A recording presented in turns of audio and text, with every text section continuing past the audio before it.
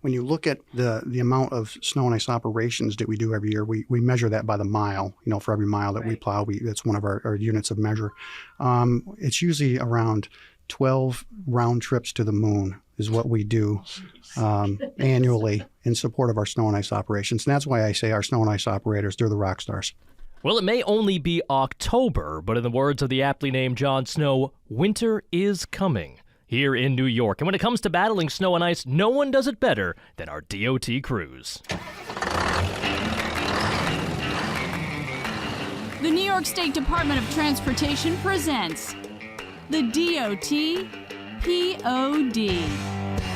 And welcome into the DOT POD. I'm Josh Heller. And I'm Anya Cardos. And we are delighted to have you joining us. Well, plowing and de-icing might look straightforward, but there's a lot of science and a lot of skill that goes on behind the scenes. Here to break it all down for us are two of our DOT experts, Rob Fitch, Director of DOT's Office of Transportation Maintenance, and Joe Thompson, our Snow and Ice Program Manager. Welcome, Rob and Joe. Thanks, guys. Thands. Welcome. We're glad to be here. This is Rob's second time on here. This is Joe's third time. I believe he's the first person to have a three-peat. Or DOT POD regulars. So thanks both for coming in and I get a jacket, right? Yeah, you do. And, yep. Yeah, a coffee cup with our logo on it. We got that in the works, right, Josh? Of course we do, with our massive budgets. Absolutely. Well, before we dive in, we want to give our listeners a sense of why you both, are basically rock stars in the world of snow and ice management. You kind of written the book on how it's done and shared your knowledge with other states nationwide. And I think this is a good place to talk about the evolution that has happened, here and around the country and, winter operational planning that really got its start right here in New York State, and how that framework's kind of been the cornerstone of sound management strategies that continue to this day and certainly will this year. Wow, boy, that was a great lead up to that question, Josh. Like I say, the real rock stars are our snow and ice operators that go out there day in, day out and keep our roads safe for us. That's the cornerstone of our success. Our management team, we do our best to support them and to give them the tools they need, to make sure they can do their job safely. And, part of that, part of the tools that we use is, road salt. There's been a lot of concern about the use of road salt over the last several years, and that concern has grown. When we were here last time talking about kind of snow and ice 101, we talked about the need to manage salt, and that pressure has grown on us immensely over the last couple of years, and we've really pushed our program. We've been part of the national conversation, as you mentioned, to talk about how we can effectively manage our roadways during winter snow and ice operations and minimize our use of road salt. And Joe Thompson here, he's been leading, the department's message on the national stage. And Joe, you want to talk a little bit about what you've been doing nationally? Yeah, sure. It was about 5 years ago. Rick Nelson, who manages the technical service program for winter maintenance, he gave me a call and he says, I've an opportunity for you.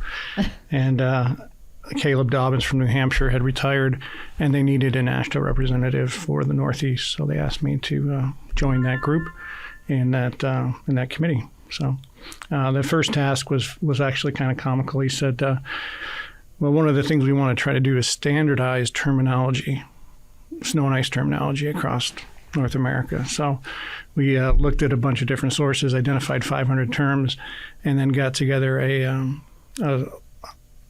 all-star group of snow and ice experts across the country, which was great. And we meet once a month, and we harmonize on what terms should actually mean. Right. Some of those terms are what? I'm just curious, that are different in other places. Like de-icing versus anti-icing. Mm-hmm. And the difference is? So this is going to get complicated, but I'm in for it. So anti-icing is, you think of it before the event. You're trying to prevent the bond of ice to the pavement. So de-icing is during and or after the event to bring the system back to steady state.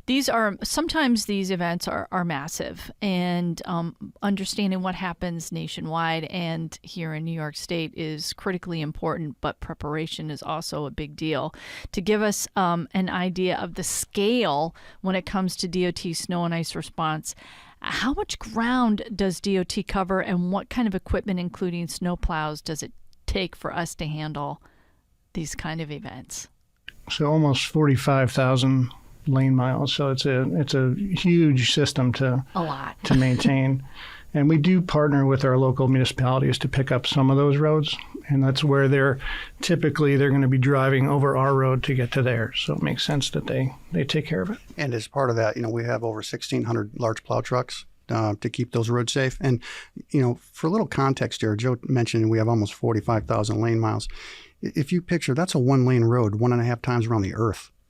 When you look at the magnitude of the program that we manage, that is a substantial number. And when you look at the amount of snow and ice operations that we do every year, we measure that by the mile. For every mile that we plow, that's one of our units of measure. It's usually around 12 round trips to the moon is what we do annually in support of our snow and ice operations. And that's why I say our snow and ice operators, they're the rock stars. That's right. It's October. Might be November if you're listening to this a little bit later than when it was launched. But it's it's not yet time to for most people to start thinking about snow and ice. But it's been time to think about snow and ice since last snow and ice season for you guys and for the troops. You talk about the amount of plow trucks, the amount of equipment that's there. I mean, preparations for snow and ice season have been going on for, I'm not sure they've ever stopped. It's always snow and ice season, we like to say.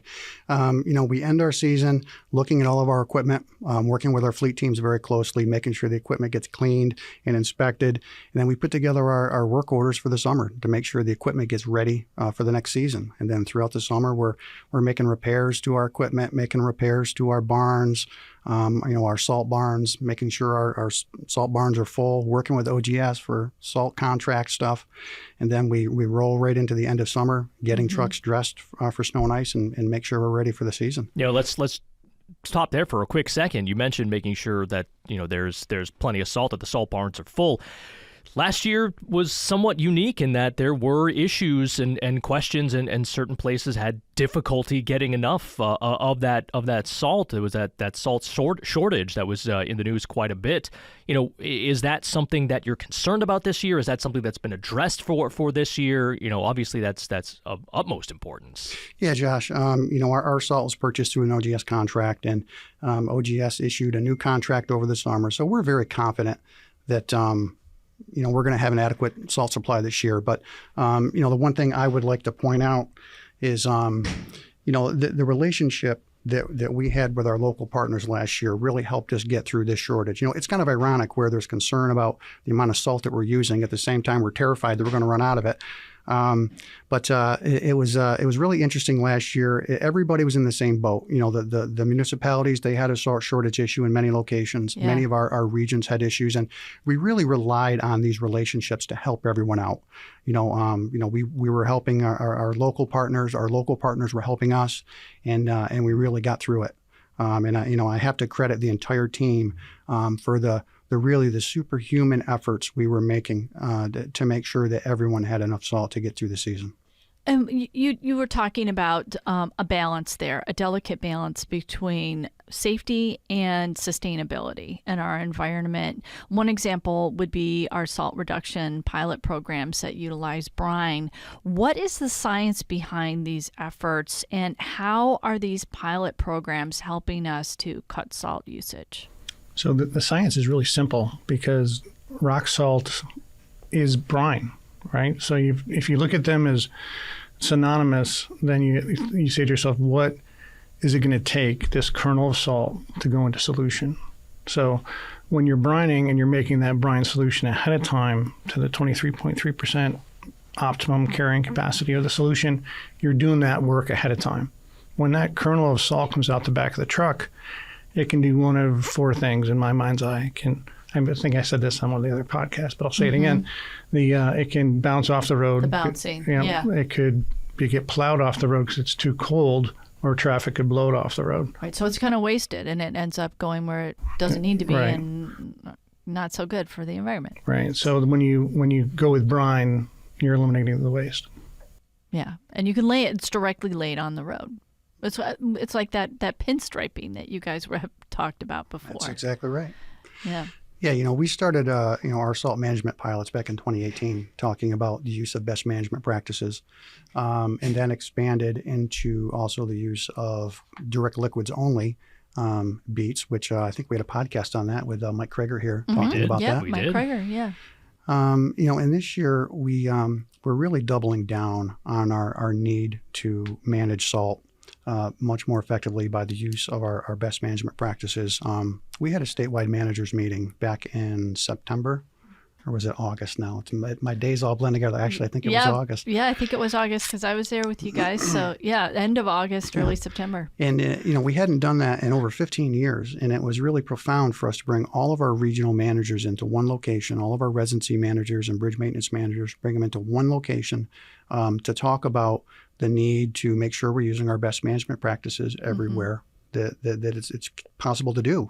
And, as part of that, Joe did a presentation on our salt management efforts. And we also had a panel discussion with some snow and ice managers, some of our more seasoned managers, where we had just a Q&A. And, and Anya, as part of that, you were gracious enough to be the moderator for that discussion. And I think it was a really good discussion for everyone in the room, as well as for our program to have that talk. It was really interesting to hear also the crosstalk. Everyone in the room kind of sharing their institutional knowledge as well, because as we just discussed a few minutes ago, our department developed these programs. We have been part of literally writing the book on what programs happen nationwide. So we've been really leading the way for a long time. But learning as we go is critically important as well. How are these pilot programs doing? They seem to be very successful. How are they doing? We've been very happy with the successes that we've had. I wish I knew the numbers off the top of my head, Joel. Maybe you have them. Yeah, I'm kind of putting you in a spot. It varies, but generally speaking, you can do a 30% reduction by going to a liquid treatment. I mean, 30%.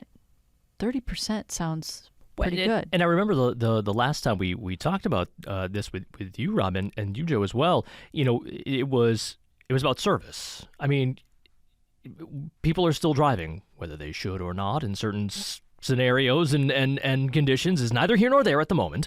But people are on the roads, and they have expectations, high expectations, based off of what New York State has been able to do. I mean, right. as probably the top snow and ice crews in the country.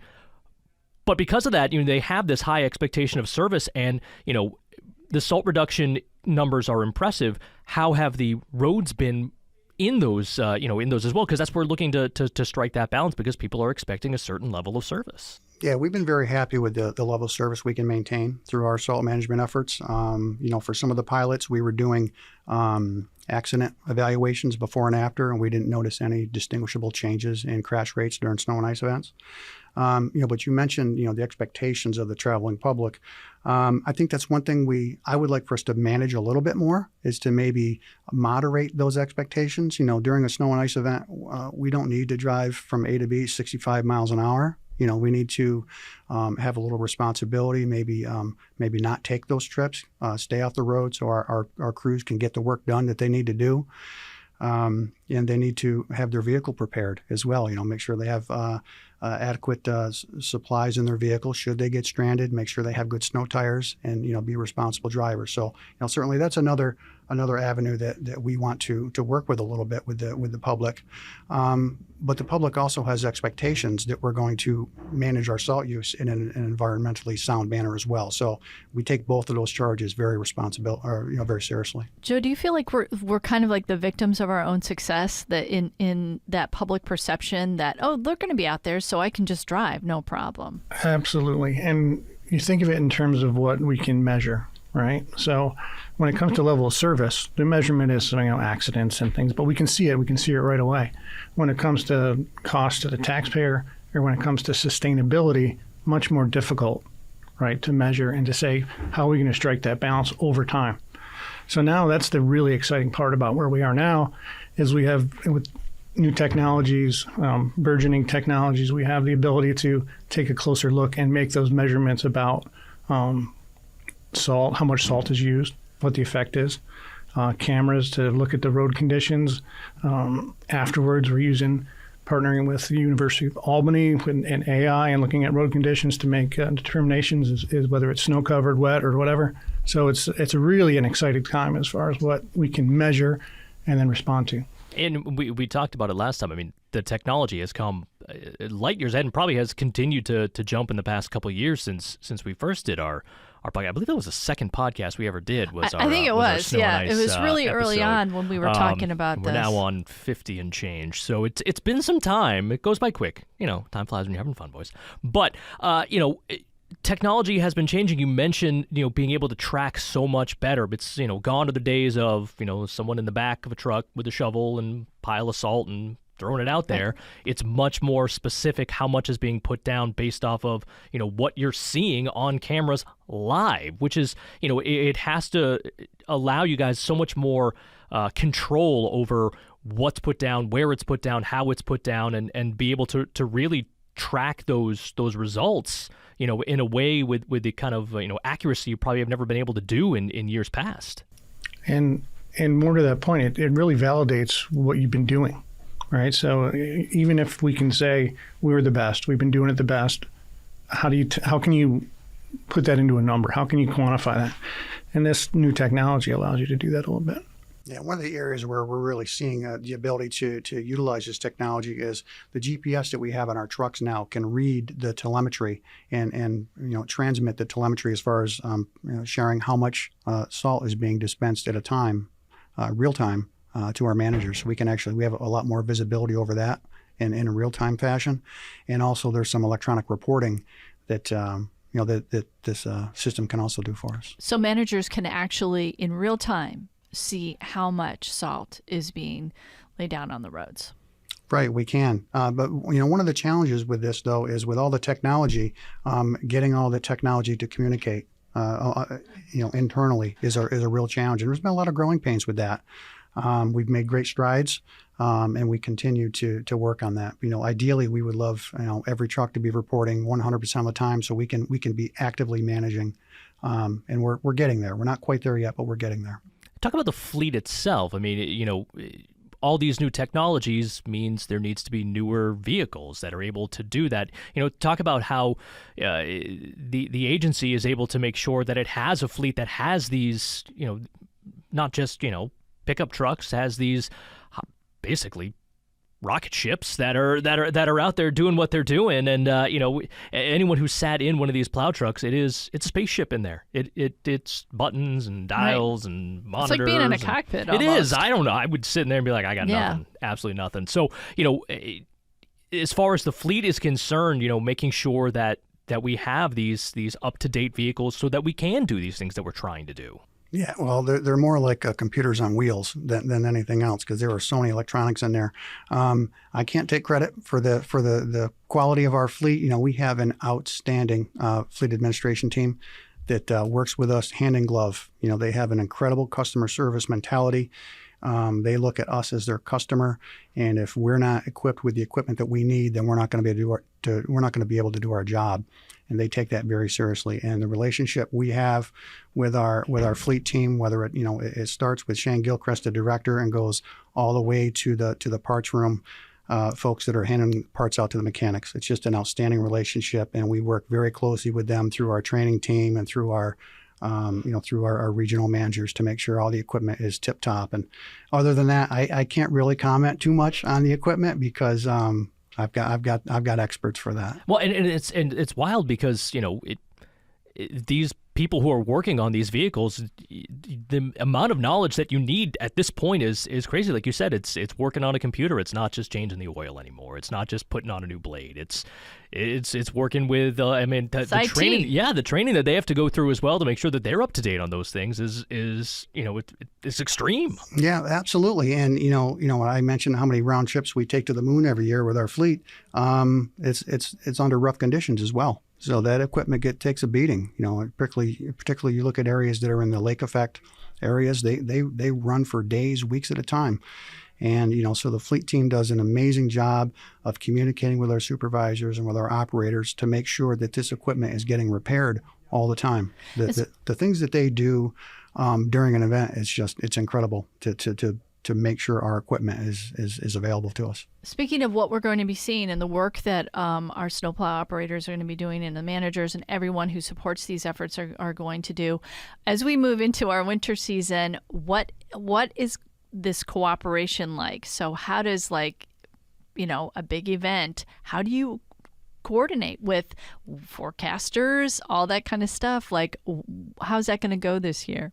So that's a good place to park and talk about operational planning again, because all that you get laid out. So you can't remember everything all the time, but you put together a good operational plan, and that it sets those benchmarks for when you act on these different things and how you communicate.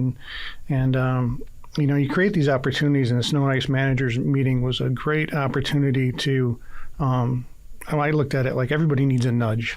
Whether you're the best or whatever, or you have to be that person to give the nudge.